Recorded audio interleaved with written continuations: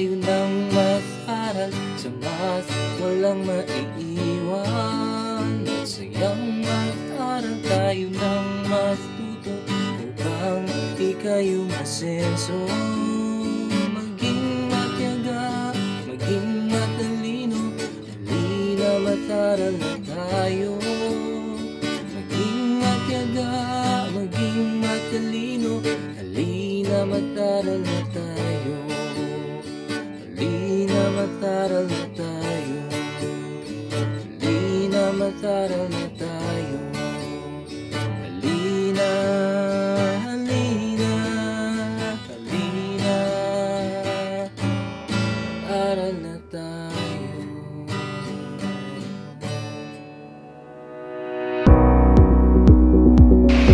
Good day everyone, welcome to Project Soul. Let me introduce our next speaker. He is a cum laude of BSc Mathematics at Pangasinan State University, Bayambang Campus. Teacher 1 at Highway Hills Integrated School, 3 years internship, taking Master of Arts in Education, major in Mathematics at University of Perpetual Health System, Laguna. He is also a badminton coach, DRM coordinator for senior high school, a newly designated school information coordinator, a research consultant, an MTAP trainer, an international math Olympiad trainer in CPMO, AIMO, SDAMO, and HHIMO, an MTAP NCR annual convention facilitator, a full paper research presenter at 25th Asian Technology Conference in Mathematics at Thailand this December, a chairman of Technical Committee of Mathematics Department with additional activities such as Project SOAR, Project RAP, and Project GAPS. Let me welcome Sir Reynaldo Collado. Thank you very much, Sir Mar, for that wonderful introduction.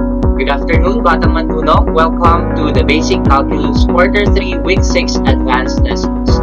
So para sa linggong ito, ako ang inyong mga kasama para matutunan ang mga dapat nating maaral sa Week 6 ng Basic Calculus. So, let us begin. By the way, I am Mr. Reynaldo Collado Jr. I am a teacher at Highway Hills Integrated School, and I hope you will be learning a lot today. So, umpisahan na natin.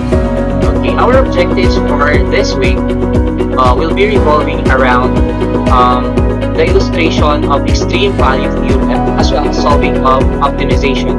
So, ano-ano nga ba yung dalawang yan? Later on, we will be learning a lot from that. So, let us proceed with the definition of extreme value theorem. When we talk about the word extreme, it means to say that this could be the highest or the lowest.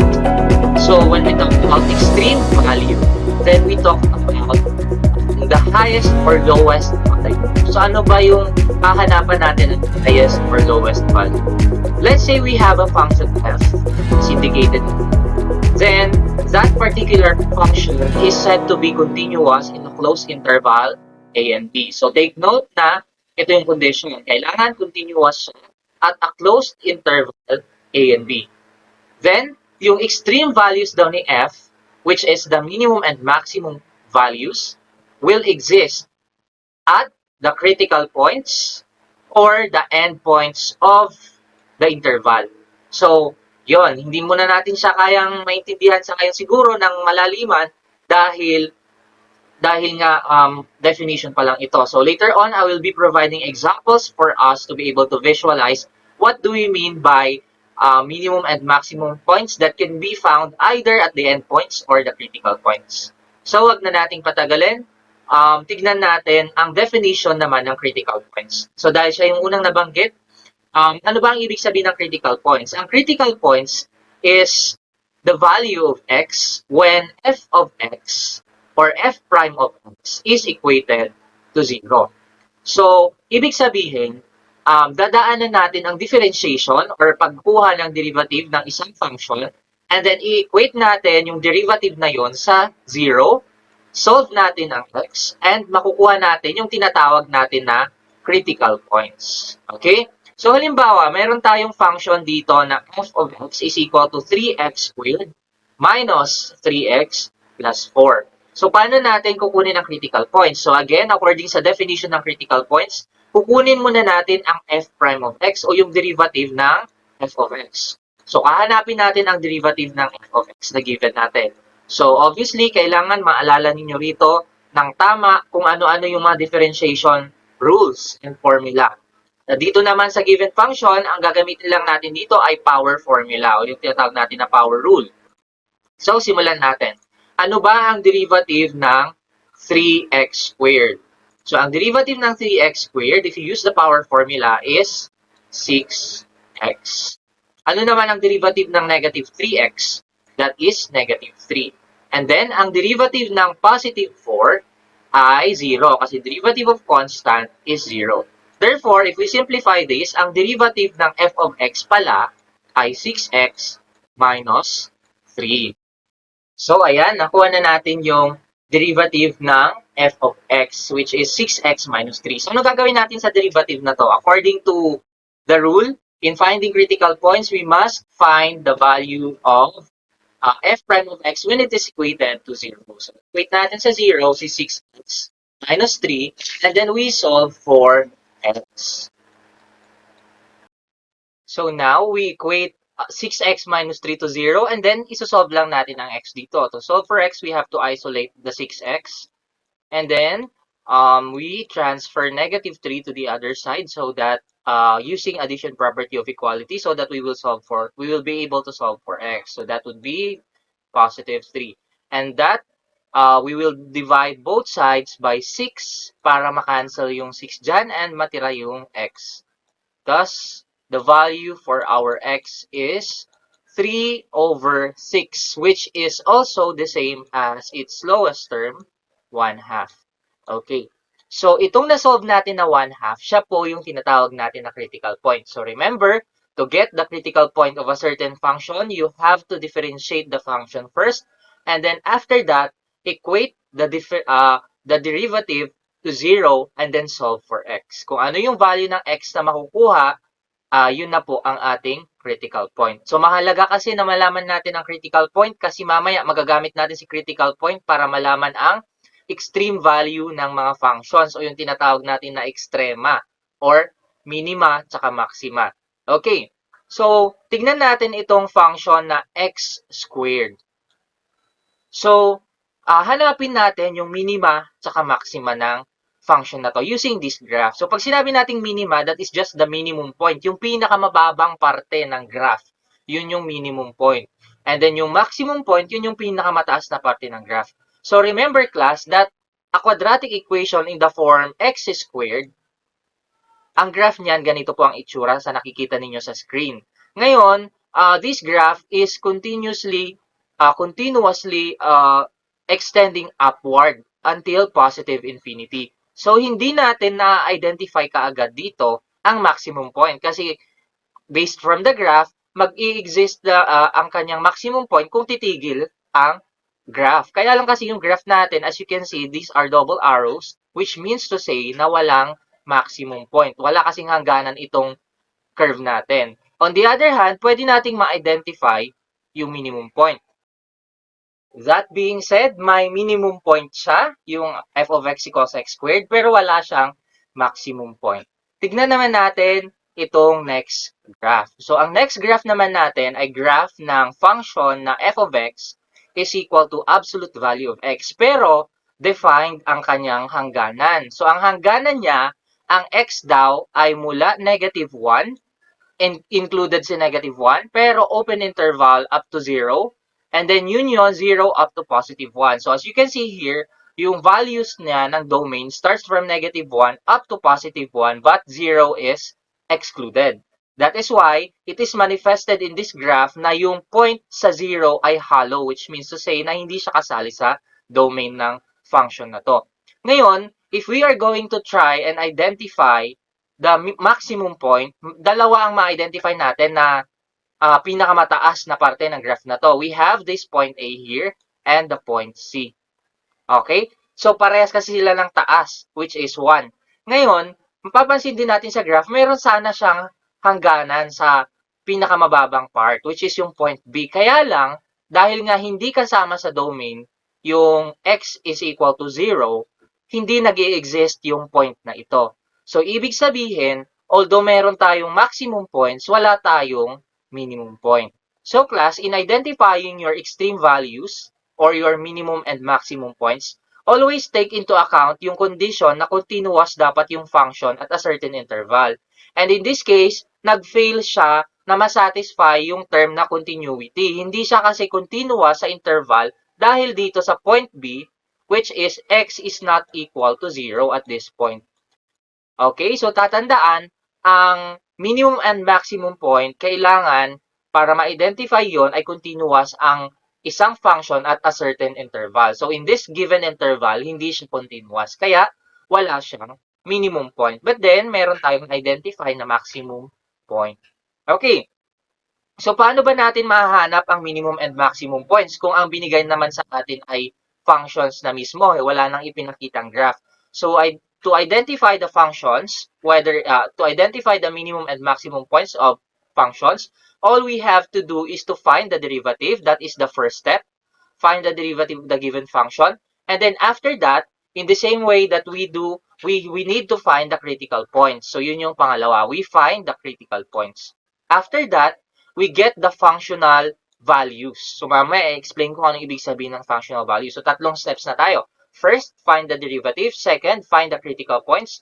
Third, find the functional values. And pang-apat, compare the values. So pag kinumpara mo yung mga nasolve mo dito sa critical points at sa functional values, kung sino yung pinakamataas, siya yung magiging maximum value natin. At kung sino yung pinakamababa, siya yung minimum value. And always remember, no, sa pag-identify ng minimum and maximum values, always take into account na ang minimum at maximum value ay part ng range. So, hindi siya part ng domain, part ng range. Ibig sabihin, sa y tayo titingin, hindi sa x. Okay? So, pag nahanap natin si critical point, di ba si critical point ay x value yan. So, isa-substitute natin yung critical point sa ating function, tapos, yun na yung magiging value ng y. Tapos, yun na yung i-compare natin sa mga functional values. So, mamaya makikita nyo kung ano yung sinasabi ko. So, mag-proceed na tayo sa first example. So, our first example is the function given in an interval from negative 1 up to positive 1 inclusive. So, kasama si negative 1, kasama si positive 1. So, tatandaan, yan lang yung domain na pwede nating magamit sa ngayon. At yung function ay f of x equals 15x plus x cubed minus 20 minus 9x squared. So, ang first step, according to what I have discussed earlier, is for you to find the f prime of x o yung tinatawag natin na derivative. Okay. So, ano ba ang derivative ng 15x? Isa-isahin natin per term. Derivative ng 15x is 15. Okay? And next, derivative ng x cubed ay 3x squared. Okay, next, ano ang derivative ng 20? 0. So, 0. Dahil constant siya, so derivative ng constant is 0. Next, ano ang derivative ng 9x squared? That is 18x. So, we simplify this further. Para makuha natin yung derivative, we get 15 plus 3x squared minus 18x. So, yan na po yung derivative natin, which means to say na natapos na tayo sa part 1 ng solution. Next, ano ang step 2? Kailangan mahanap ang critical points or critical values. So, to get the critical value, we need to solve for x and equate this into 0. So, kung mapapansin ninyo, class, itong na-solve natin na derivative, all of its terms are divisible by 3. Okay, so dahil divisible by 3 ang lahat ng terms natin, before we solve for x, we can factor out 3 first. So we factor out 3, and then we get the remaining point, or the remaining part of our derivative, which is 5 plus x squared plus minus 6x. Okay, ayan. So, i-equate natin na yan sa 0 kasi isosolve natin ang critical points. Remember, you cannot solve critical points without equating the derivative to 0. Okay, so what's next? Ang next step natin is i-factor out ito. Siyempre, i-rearrange muna natin siya. As we can see, this is a quadratic term. So, x squared minus 6x plus 5. Yan. So, obviously, you need to recall some factoring techniques ng mga trinomials. So, to factor this trinomial, we just need to prepare two pairs of parentheses, and then we factor this out. So, ang factors ng x squared minus 6x plus 5 is x minus 1 and x minus 5. Okay, so that is equal to 0.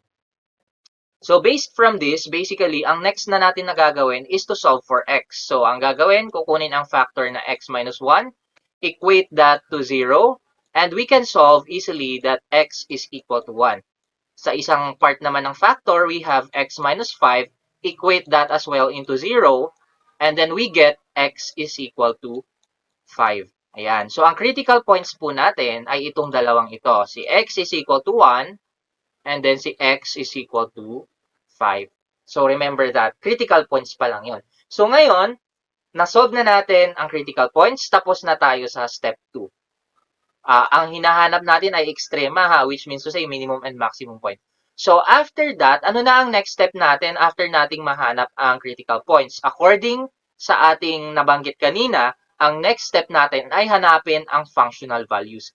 So, class, ano ba yung ibig sabihin ng functional values? Lipat ako sa next page. Pag sinabi nating functional values, tignan mo yung interval na given. Ang given interval natin ay -1 to +1. So, when we talk about functional values, yun yung endpoints ng ating interval. So, ang endpoints ng interval natin ay si -1 sa kaliwa, +1 sa kanan. So, kung titignan ninyo yung critical points, di ba, i-drawing natin sa number line, ito lang yung isa function daw na yan, kailangan ang value daw ng x ay mula -1 up to +1. Wala na dapat so sobra doon or wala na dapat nasa labas noon. Dapat lahat ng values ng x ay nasa loob nito. So, ibig sabihin nun, yung na-solve natin, dalawa yan, 1 tsaka 5, yung 5, unfortunately, hindi na siya masasali. Kasi nasa labas yan. Kung mapapansin nyo, i-extend natin itong number line, nandito banda si 5 sa kanan. Ang goal natin, dapat yung ating value ay nasa pagitan ng -1 to +1. So, hindi na natin isasali si 5. Pero pwede nating masali si 1. Okay? So, ano ba ang functional values? Madali lang yan. All you have to do is to make your own table of value, x and f of x. Yan. Siyempre, sa functions natin, sa given interval, we have -1 saka +1. Yan. Fortunately, yung ating endpoint sa interval, yun na rin yung isang critical point. So, hindi na natin i-add yung critical point dito sa table natin for values of x. Instead, isa-solve na lang natin si f of x. So, syempre, pag mag-solve ng f of x, babalik tayo sa original function. Yan yung tinatawag natin na functional values. Isa-substitute lang natin itong given natin na values ng x. Saan natin ulit nakuha yung values ng x? Dito sa interval, tsaka sa critical point. Yun nga lang disqualified si 5 sa critical point kasi wala siya sa loob ng interval. Ayan. So, isolve na natin ang f of x when x is -1. So, when x is -1, so hanapin natin ang f of -1. Magbe-base tayo sa given function na hindi sa derivative. So, sa substitute mo lang si -1 dyan. 15 times -1 plus -1 cube. Yan.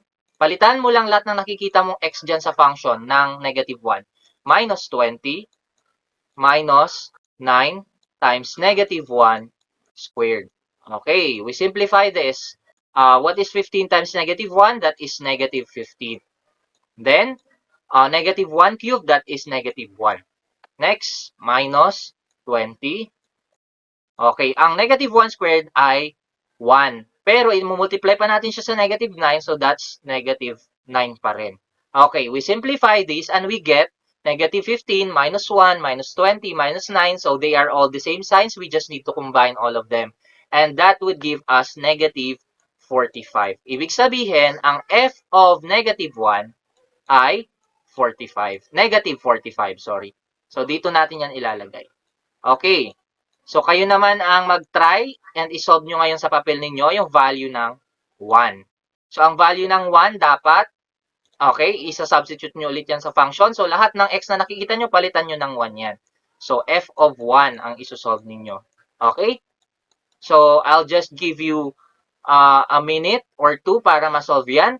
And I'll also show the solution here. So, ganun ulit, you just need to substitute 1 in the given function. So, as you can see here, ganun din naman, very simple siya, kaya lang, iba yung magiging answer natin dito dahil nga iba yung sign ng 1 ngayon. Positive siya ngayon. So, as you can see here, when we simplify this is 15 plus 1 minus 20 minus 9. Okay. So, 16 minus 29, that is negative 13. Okay. Yan.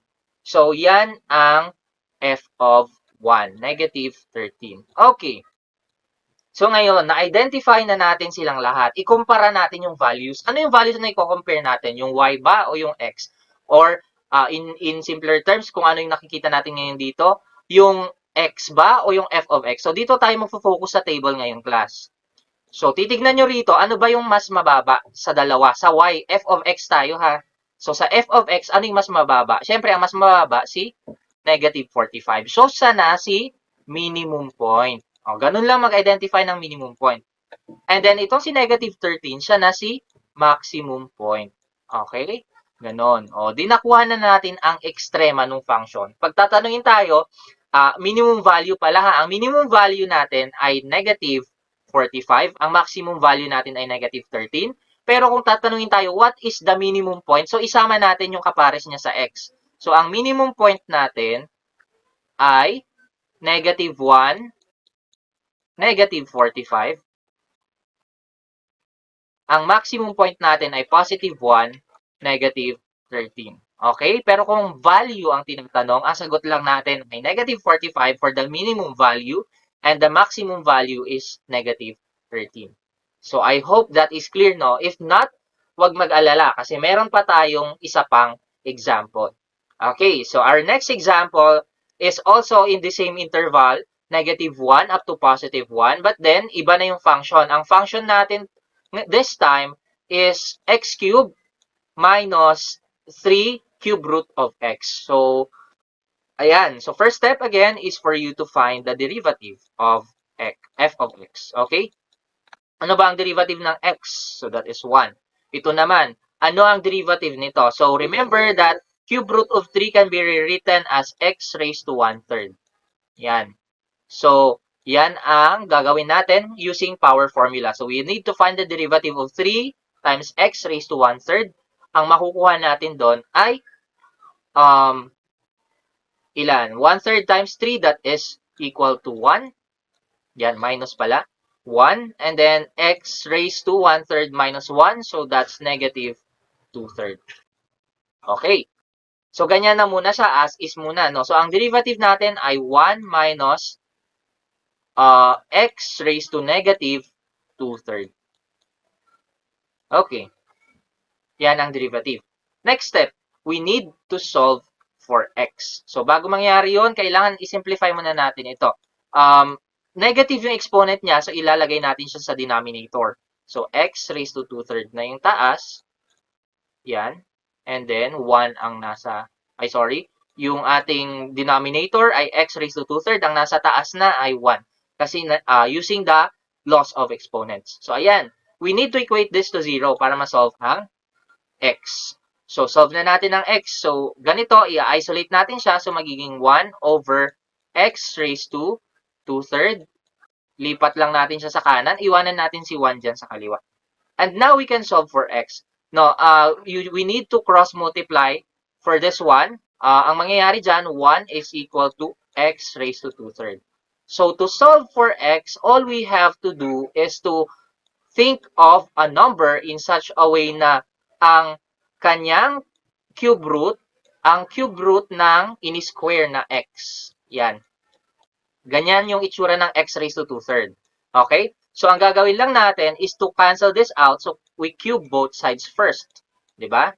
Cube both sides. So, pag kinube natin both sides, we will get 1 pa rin is equal to x squared.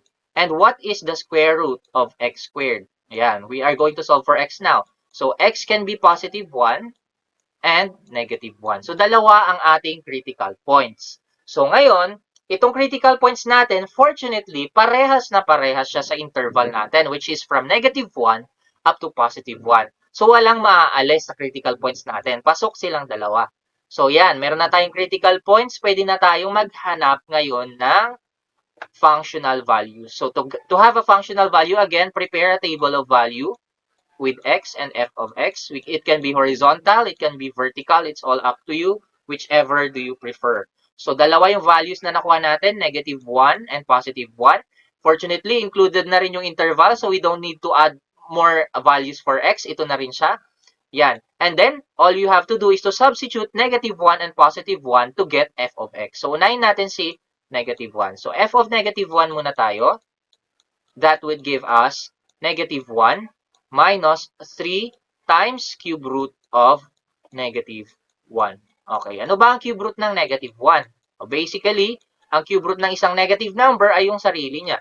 So, negative 1. 1 naman siya. 1 times 1 times 1 is still 1. Okay, so simplifying this further, we have negative 1 plus 3. So, ang answer natin for f of negative 1 ay positive 2. Okay, this time, hanapin naman natin ang f of 1. So, ang f of 1 natin, ganun pa rin, we substitute this to the given function. So, 1 minus 3 times cube root of 1. Ano ba ang cube root ng 1? It's simply 1. So, 3 times 1. So, ibig sabihin, ito ay 1 minus 3 and that is negative 2. Okay. So, tapos na tayo sa third step. Meron na tayong functional values. Tignan na natin. Ano bang next step natin? We compare the functional values that we have found. Dalawa. Yung positive 2 and negative 2. So, it's very obvious. Mas malaki si positive 2 kay negative 2. So, ang minimum value natin, syempre, yung mas maliit, ang minimum value natin, class, is negative 2. At ang maximum value natin ay si positive 2. Pagtatanungin ulit tayo, ano ba ang minimum point? So, i-ordered pair lang natin siya. So, ang kasama ni positive 2, minimum value natin is negative 2. So, ang kasama niya ay 1, 2. Saan ko nakuha si 1? Ito po sa ating table of values. And then, ang maximum point natin ay negative 1, positive 2. Ayan. O, diba? Madali lang hanapin ang ekstrema ng function o yung minimum and maximum values niya as long as sinusundan nyo yung proper procedure. So, remember, yung mastery ninyo ng basic concepts, nagagamit na natin siya ngayon. Okay? So, kung kayo ay medyo tagilid pa sa basic concepts, then you have to exercise. Alright, let's proceed to our third example. So, ang third example natin, ang given interval is still negative 1 up to positive 1, but this time our function is negative x plus x squared. So, first step again is to find the derivative of the function. I hope you're learning. If you're not, or if you have some queries, you can jot that down or you can place that in the comment section para pwede ko kayong sagutin. Okay? So, ano ang derivative ng negative x? That is negative 1. Next, ano ang derivative ng x squared? That is 2x. Yan. So, madali lang natin mahanap. Ayan na yung derivative. Ano na ulit ang next step? After derivative, we have to find the value of x if f prime of x is equated to 0. So, i-equate natin yung 1, negative 1 pala, plus 2x sa 0. And then we solve for x. So, you have 2x and then equal to 1. Okay, so we need to divide both sides by 2. We will get x is equal to 1/2. So, siya si critical point. Isipin natin, si 1/2 ba ay nasa pagitan ng negative 1 at ng positive 1, which is our given interval? The answer is yes. So, pasok siya sa ating functional values. So, ngayon, dahil tapos na tayo sa step 1, tsaka sa step 2, step 3 na tayo, functional values na. So, prepare a table of values again with having f of x and x. Yan. Tapos, ilagay natin yung functional values. So, unlike the first two examples, dalawa lang yung nalalagay natin. Pero this time, pwede na nating malagay si 1/2 kasi pasok siya doon sa loob ni negative 1 and 1. So, negative 1 muna and then 1/2 and then 1. Okay. Ayan. So, inarrange ko lang siya, no? Kasi si 1/2 nasa pagitan ni negative 1 at ni 1. Okay. So, again, tatlo ngayon yung ating hahanapan ng values for f of x. So, unahin na natin si negative 1. Ipalit lang siya doon sa given function. So, f of negative 1, that would be negative of negative 1. Yan, negative x kasi siya. Plus negative 1 squared. Okay. So we simplify this. That is positive 1 plus positive 1. So we get 2. So ang f of negative 1 ay 2. Next, 1/2 naman ang ating isa-substitute. So we find f of 1/2. Okay. So negative 1/2 plus positive 1/2 pala yan. Kaya lang may negative yung x doon. Kaya negative 1/2 pa rin. Okay. Plus 1/2 raised to 2. Okay. Ano ba ang negative ang 1/2 raised to 2? That is 1/4. So negative 1/2 plus 1/4 is, simplify that, you can use least common denominator. We get negative 1/4. Yan. So, ang ating f of 1/2 ay negative 1/4 naman. And then lastly, we get the value of our f of 1. Kasi yun yung pangatlong value natin. So, dito na lang tayo sa ibaba. So, f of 1 natin, still, parehas pa rin naman. Substitute lang natin dyan. So, negative 1 plus 1 squared. Okay. This one, negative 1 plus 1. So, that is 0. Yan. So, balik tayo sa table. Lagay natin yung value. So, ngayon, focus na ulit tayo sa table. Meron na tayong functional values. Tignan ang f of x. Alin ang pinakamababa dyan? So, ang pinakamababang value dyan, syempre yung negative kasi positive naman yung 2 and then 0. So, ang minimum value natin ay negative 1/4. At ang maximum value natin ay, ano? Ano mas mataas? 0 or 2? So, answer, 2. Okay. So, yan ang maximum value natin. So, pag hanapin ang minimum point, ano ang isasagot natin? Yung kasama ni minimum value, isama natin siya. So, negative 1/4 ang kasama niya, 1/2. So, we need to write that in an ordered pair. So, 1/2, negative 1/4, that will be your minimum value. And then, ay minimum point. Then, yung maximum point natin, yung kasama ni 2, which is negative 1. So, negative 1, 2. Yan. Okay. So, ngayon, maybe you're wondering, bakit ba namin to ginagawa, sir? Bakit tayo naghanap ng minimum point, ng maximum point? Kasi meron siyang real-life applications. At ano yung real-life applications niya? Ito na po, yung ating i-discuss, which is about optimization problems. So, when we talk about the word optimize, ang ibig sabihin lang ng optimize is something that we want to maximize or minimize. So, pwedeng pag sinabi natin, we optimize the sales, ibig sabihin, papataasin natin yung benta. O kaya, we optimize the cost of the production. Ibig sabihin, we try to minimize the cost or mag-iisip tayo ng paraan para mababa yung babayaran na cost ng production. Mga ganyan po. So, usually, ginagamit ito sa, yan, nakalagay dyan sa fence, sa money, angles, shipping cost, and other optimization problems. So, tignan natin yung mga problems na nandito. Okay, before we do that pala, kailangan muna nating matandaan ang steps in problem solving, in solving optimization problems. So I think this is very obvious that the first step is to read and understand the problem. Remember that you cannot solve any word problem without reading and understanding it.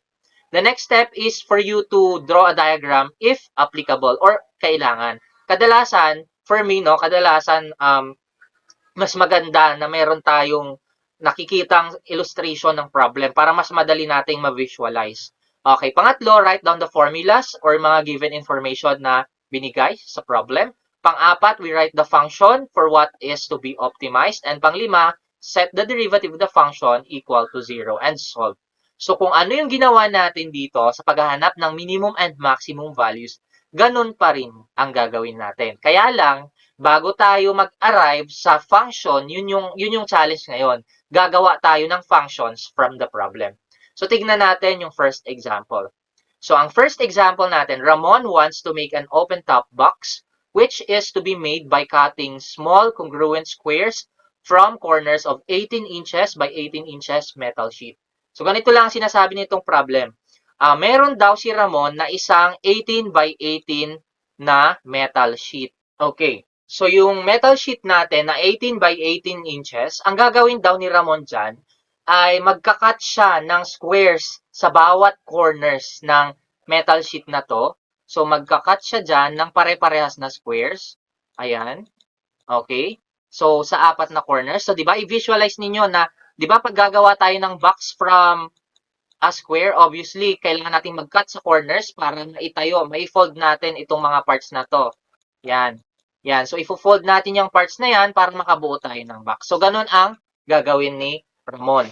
Ngayon, ang gusto ni Ramon, yung pinakamalaki dapat na volume yung magagawa niya. So, ano daw kaya ang sukat ng square? Ano daw yung value ng ano yung sukat ng square na ikakat niya para ang magawa niyang box ay yung pinakamalaking box na maglalaman ng mas marami kumpara sa ibang box na magagawa niya.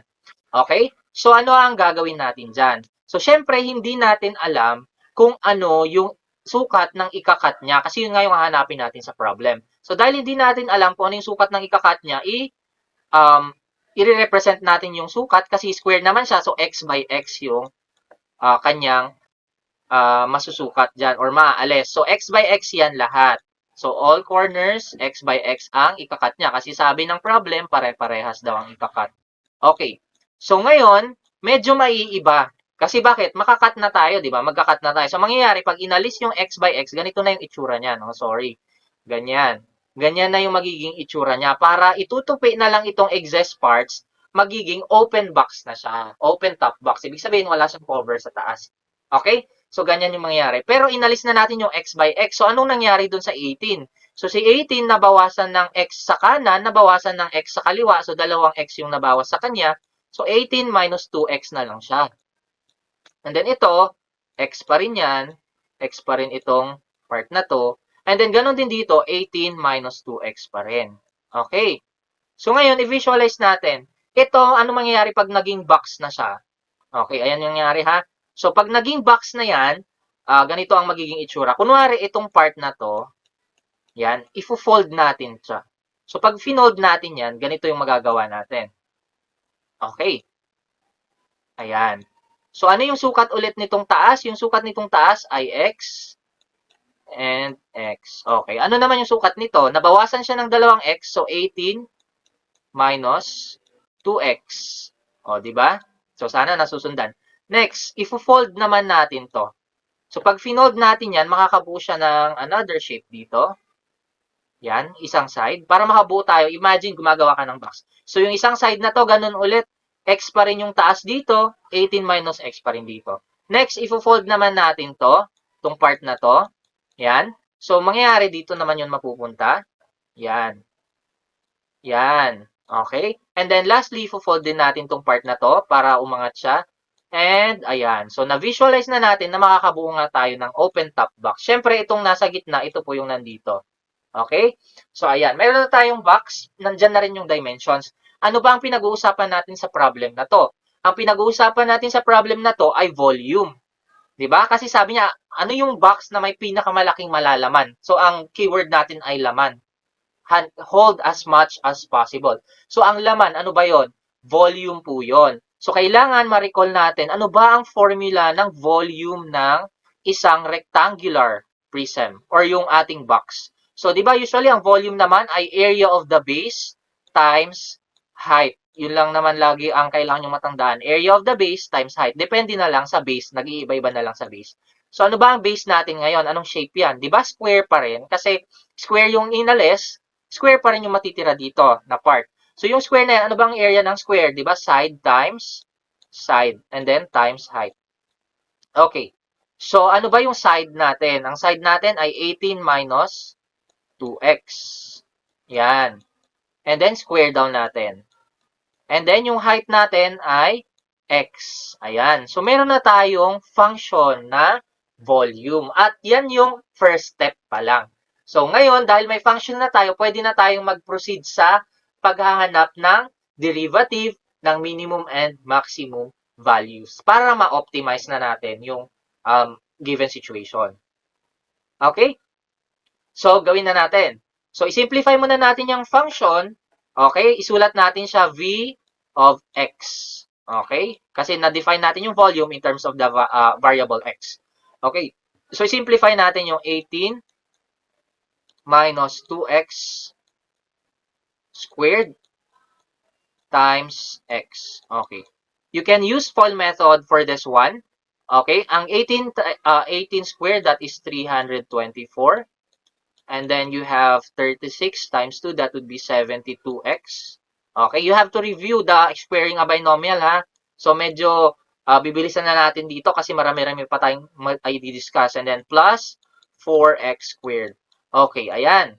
So, na-simplify natin itong part pa lang na to. 18 minus 2x quantity squared. And then, multiply pa natin ng x. Okay, yan. So, simplify natin. We get 324 x. Distribute lang natin yung x, 72, x squared, and 4x cubed. So, yan na po yung ating v of x simplified form. Okay, so meron na tayong function. Ang next step natin, sir, nasaan yung interval? Di ba kanina sa minimum and maximum value, aside from function, dapat may interval din. So, tama po. So, maghahanap tayo ng interval. Saan natin kukunin yung interval? Sa problem. Intindihin natin yung problem. Okay. As you can see in the problem, di ba, 18 by 18 yung ating square. Ngayon, iisipin natin, pag nag-cut ka ng 4 na square, di ba, as in, wala nang matitira, magka-cut ka ng 4 ng square, di ba 9 by 9 yan? Kasi, yan. Ganyan na mangyayari. So, ibig sabihin, isipin natin, na yung ika-cut natin, dapat mas mababa sa 9. Kasi pag equal siya sa 9, sige, isama na natin si 9, mas mababa dapat kay 9. Kasi pag equal nga siya sa 9, kung mapapansin ninyo, walang maiiwan, makakat yan lahat. Dalawa ay 4 na square na yon. So, ang purpose nga natin ay mag-cut lang ng portion para makagawa ng box. Wala kang magagawang box sa 4 na piraso ng 9 by 9 square. So, ngayon, ibig sabihin nun, ang interval natin o yung x natin, dapat hindi na siya lalampas ng 9. Diba? So, syempre, ang side din, diba, alam naman natin, ang side dapat ay mas malaki sa 0. Wala namang side na 0. So, ang interval natin, class, ay from 0 up to 9. So, yan ang tatandaan natin, ha? Okay, so mayroon na tayong interval, mayroon na tayong function. We can proceed with the first step in finding the minimum and maximum value. We need to find the derivative. So, hanapin lang natin ang derivative ng v of x. So, ano ba ang derivative ng 324x? So, it's very obvious. We just need to remove x. That's 324. Ano ba ang derivative ng negative 72x squared? So, that is negative 144x. And then, ano ang derivative nito? Plus 12x squared. Okay. So, ngayon, nakuha na natin yung derivative. The next step is to find the critical points. Paano na ulit hanapin si critical points? Kailangan nating i-equate yan sa 0. So, equate muna natin to sa 0. Pero, mag-factor muna tayo kasi parang meron silang common factor. Ano ba ang common factors nito? So, ang 144 ay divisible by 12. Obviously, si 12 divisible by 12. Si 324 ba ay divisible by 12? Yes, divisible by 12 din siya. So, ilalabas natin yung common monomial factor na 12. Ano ang matitira dito? So, ang matitira dito ay 27. Yan. 27 minus 12x. And then, plus x squared. Okay, ayan.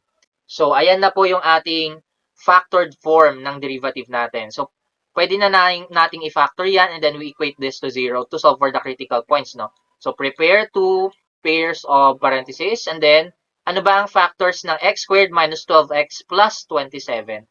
So, ang factors niyan ay x minus 9 and x minus 3. Okay.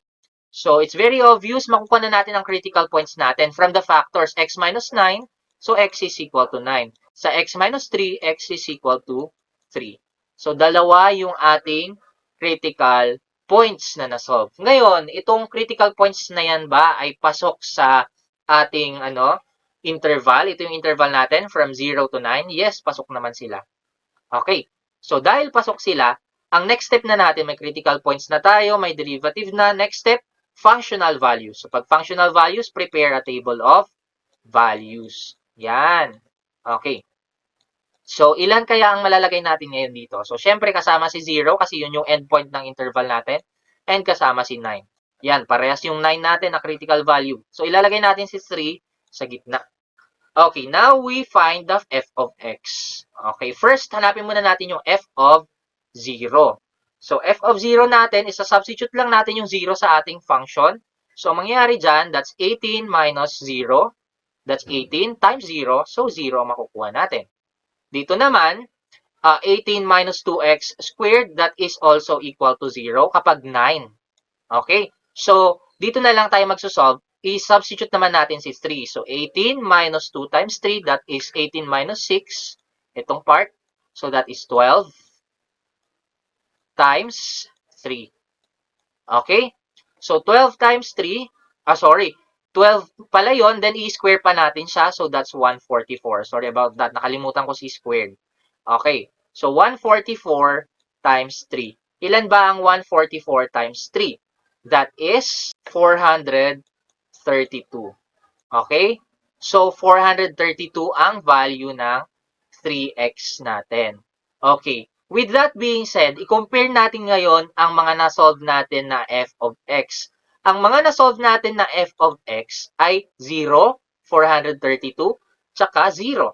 So, syempre, it's very obvious, ang gusto natin pinakamalaking volume. Sino ang nagbigay ng pinakamalaking value? Si x equals 3. So, ibig sabihin, anong sagot natin sa problem natin? Anong sabi na, how large should the squares cut?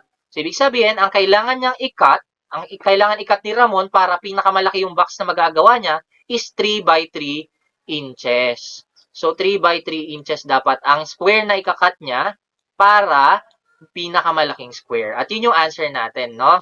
So, you can formulate a sentence saying that the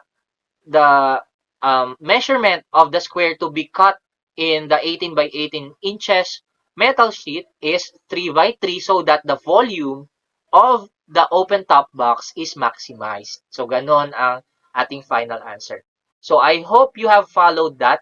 Anyway, meron pa naman tayong isa pang example. So, example number 2. A farmer wants to build a rectangular pen adjacent to a horse barn. The pen must be 2,700 square feet in area. Because of the need to prepare the land, the side parallel to the barn will cost 1.5 times as much per foot to build as the two sides perpendicular to the barn. Okay, medyo komplikado to. So, imagine, no, ito yung horse barn. Itong side na yan. So, ang gagawin daw ni farmer, gagawa daw siya ng rectangular pen. At yung rectangular pen na yon, kailangan daw ay adjacent doon sa horse barn. So, ano mangyayari doon? Yung horse barn natin, ganyan yung kanyang pen. Yan. Pag sinabi nating pen bakod or lagayan ng mga, syempre, horse barn yun. So, lagayan ng mga hayop. Ayan. So, itong part na to, class, yan yung gagawin ni farmer. Okay? Kasi yung isang side, ay yan na yung horse barn. So, may bakod na siya. So, tatlo lang yung parts na gagawin niya. So, ang sabi ng problem natin, ano daw yung dimensions ng pen na gagawin niya para pinakamababa yung cost. So, dahil lowest cost yan, ang hahanapin natin minimum value. Diba? So, unlike kanina, maximum value yung hahanapin natin. Ito kasi minimum value. Okay. So, anong gagawin natin para mahanap yon?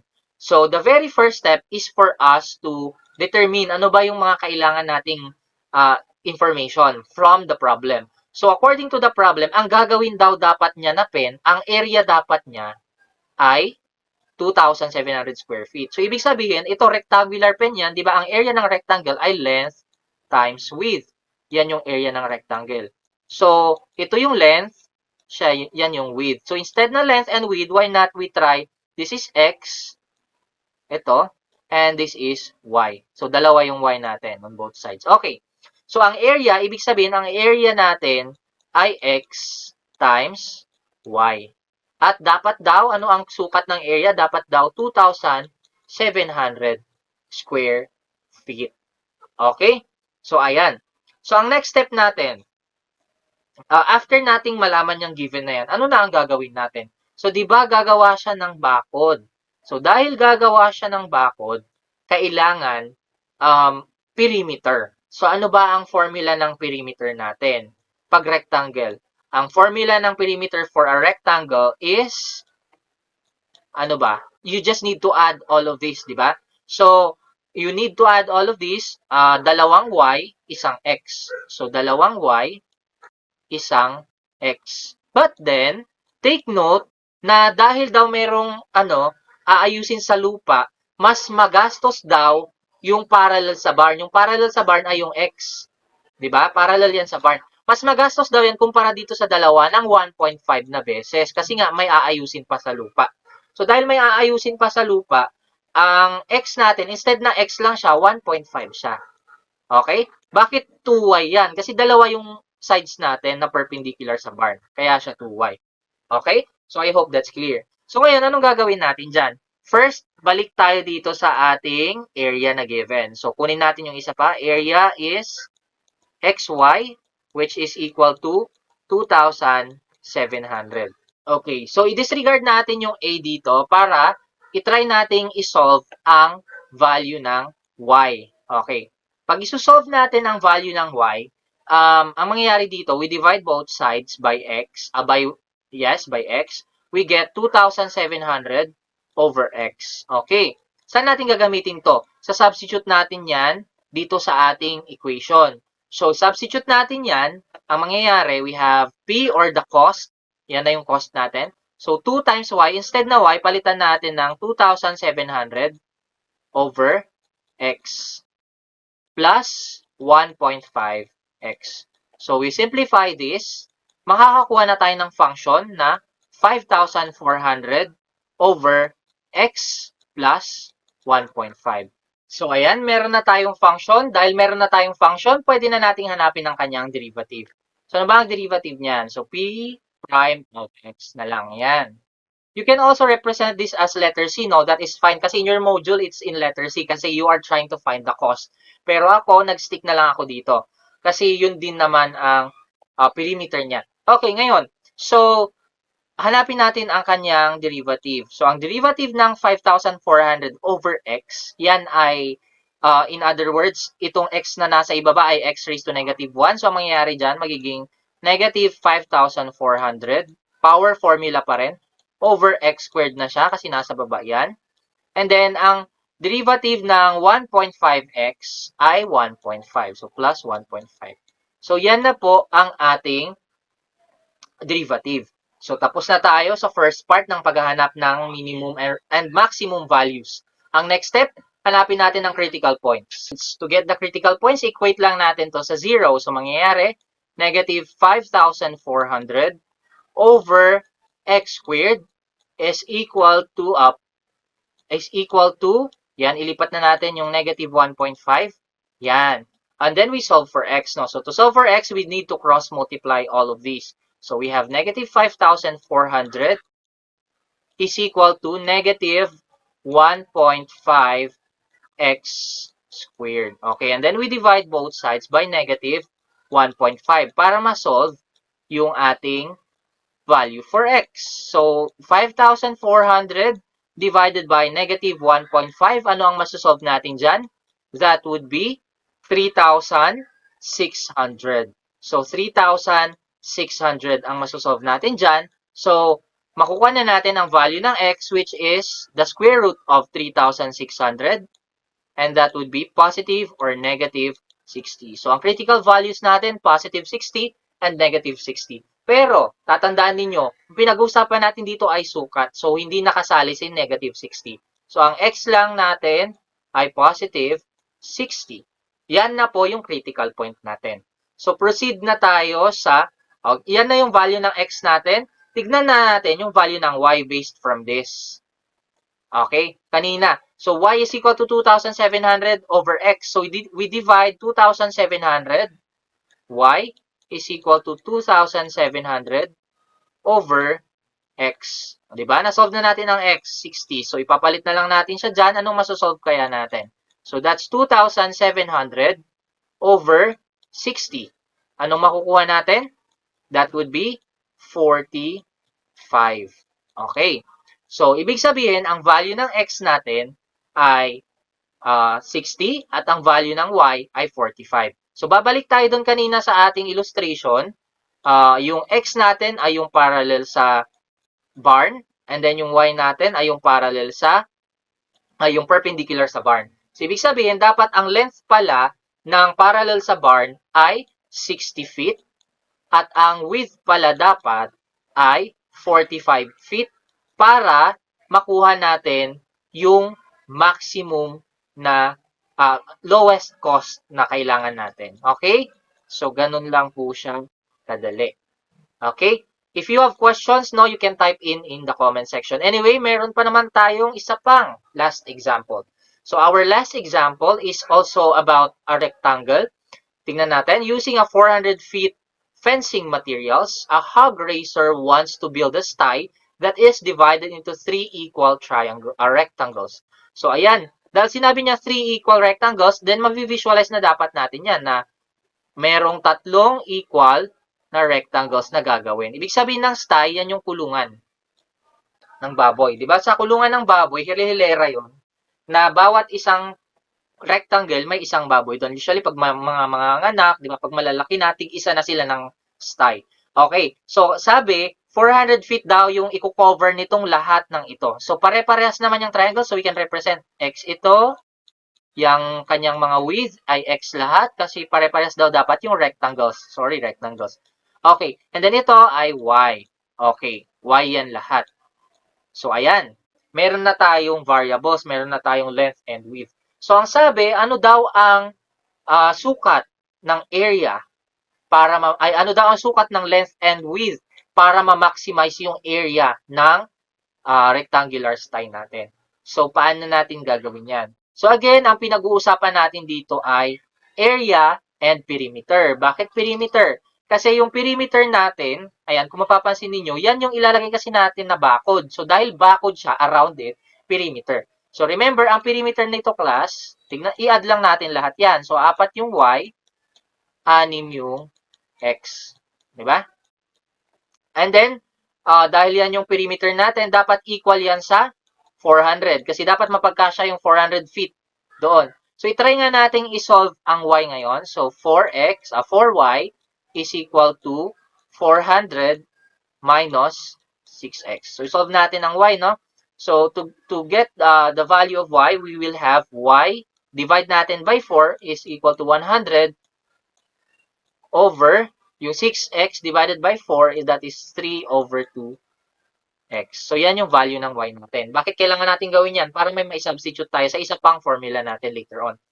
Next, ano ba ang area natin? Ang area po natin, class, ay area ng rectangle. So, paano natin hanapin ang area niyan? Ano ba ang formula ng area? Ang formula ng area ay length times width. Kaya lang, di ba, kung mapapansin niyo dito, tatlo yung rectangles natin. So, dahil tatlo yung rectangles natin, tatlong length times width yon. So, 3 times xy. Naintindihan po yan. Okay? Tatlo yung rectangles, di ba? Ang area nito, xy. Ang area pa nito, xy ulit.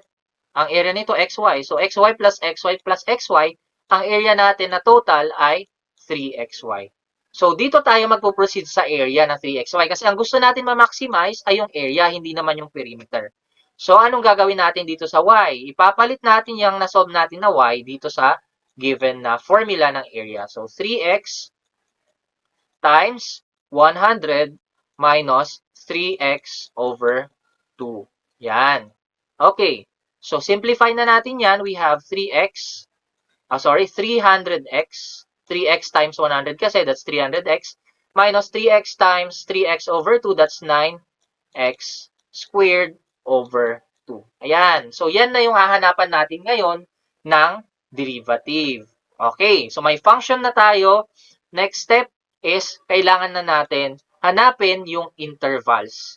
So, papansinin niyo dito, ang intervals natin, syempre, unang-una, dahil length and width yan, dapat ang interval natin ay greater than 0. Diba? Kasi wala namang length and width na negative. So, focus na kayo doon. Kailangan greater than or equal to 0 na ang kanyang value ng x. Next, ano pa ang ating pwedeng maging restriction? So, hindi naman pwedeng walang width ang ating walang width ang ating fence. Kasi kung walang width ang mangyayari, ganito lang itsura niya. Yan, 6 yan. At 3 yan pala. O, x, x, and x. Walang width. Di ba?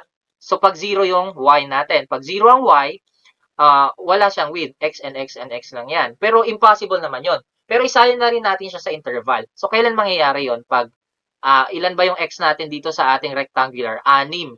So, 6x should be greater than or equal to, ano dapat? Sa 400, di ba? Mahati dapat siya sa 400.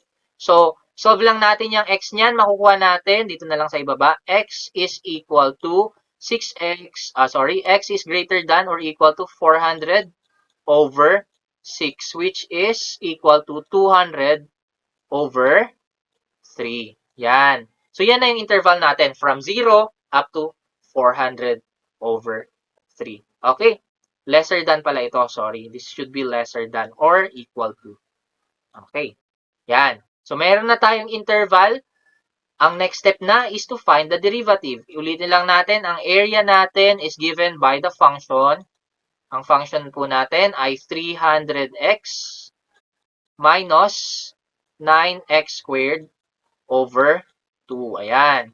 So, yan po ang ating given na function. So, hanapin na natin ang derivative kasi yun naman ang kailangan natin. So, a prime of x, ano ba ang derivative ng 300x? That's 300. Ito naman, 9x squared over 2, ano ang derivative niyan? That's 9x. Yan. And then we solve for x now. So, we equate this into 0. 0 is equal to 300 o minus 9x. So, ilipat natin yung 9x sa kabila. We have 9x is equal to 300. And then we solve for x. So, x is 300 over 9. And ano yung 300 over 9? 100 over 3. Yan. I-simplify na lang natin as an improper fraction para eksakto. Kasi hindi naman yan eksakto pag dinivide natin yan. So, ang value ng x natin, yung critical point natin, ay 100 over 3. So, meron na tayong critical point. Next, we find the functional values. So, again, prepare a table of values. And obviously, yung isama natin yung sa interval natin. Ang interval natin ay mula 0 hanggang 200 over 3. So, 0. Lagay natin sa gitna itong 100 over 3. And then, sa pangatlo, yung 200 over 3. Okay. Yung 0, obviously, pag sinubstitute mo yan sa ating function, ayan yung function natin, ito, makukuha natin ay 0. Yung 200 over 3, ganun din po. Ang makukuha pa rin natin ay 0. So, ang isasolve natin ay si 100 over 3. So, ipalit natin siya dyan, a of 100 over 3. So, palitan natin lahat ng x dyan sa function ng 100 over 3. So, you have 300 times 100 over 3 minus 9 times 100 over 3 squared over 2. Yan. So, ito, obviously, makakancel yung 303 kasi may common factor sila, which is 3. So, mangyayari, 100 na lang yan times 100. That is 10,000 minus, ito naman, 9 times 100 times 100. That's also 10,000 over 9. All over 2. So, ibig sabihin, i-simplify natin yon. That's 10,000 minus 9 times 1,000, 10,000 over 9. So, makakancel yung 9, matitira din 10,000, pero over 2 siya kasi meron pang over 2 sa baba. So, that's 10,000 minus 5,000. So, anong magiging final answer natin? No? Very obvious na yan. Ang final answer natin ay 5,000. Okay. So, ibig sabihin, para tayo ay magkaroon, okay, balik tayo doon sa table natin, ilagay natin yung 5,000. So, para tayo magkaroon ng pinakamalaking area, obviously, ang pinakamalaking area dito ay 5,000, no? Kasi yung dalawa ay 0 naman. So, ang pinakamalaking area natin ay 5,000, dapat daw ang value ng x ay 100 over 3. So, balikan natin yung ating formula doon. So, ang value ng x ay 100 over 3.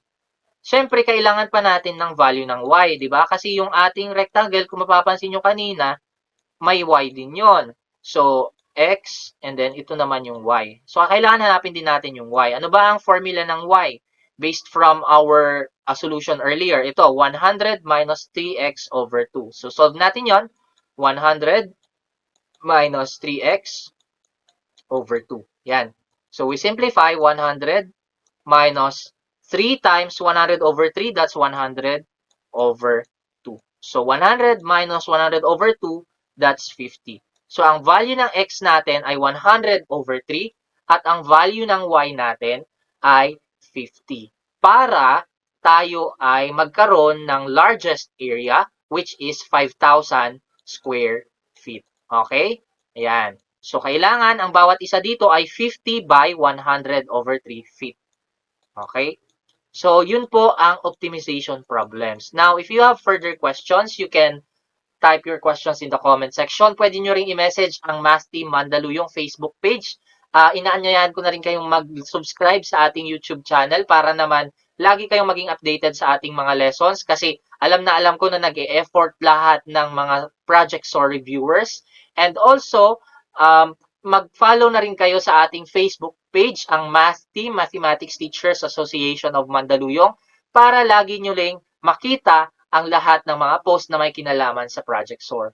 So I hope you have learned something. This is Teacher Ray, and see you again next week for another episode of Basic Calculus.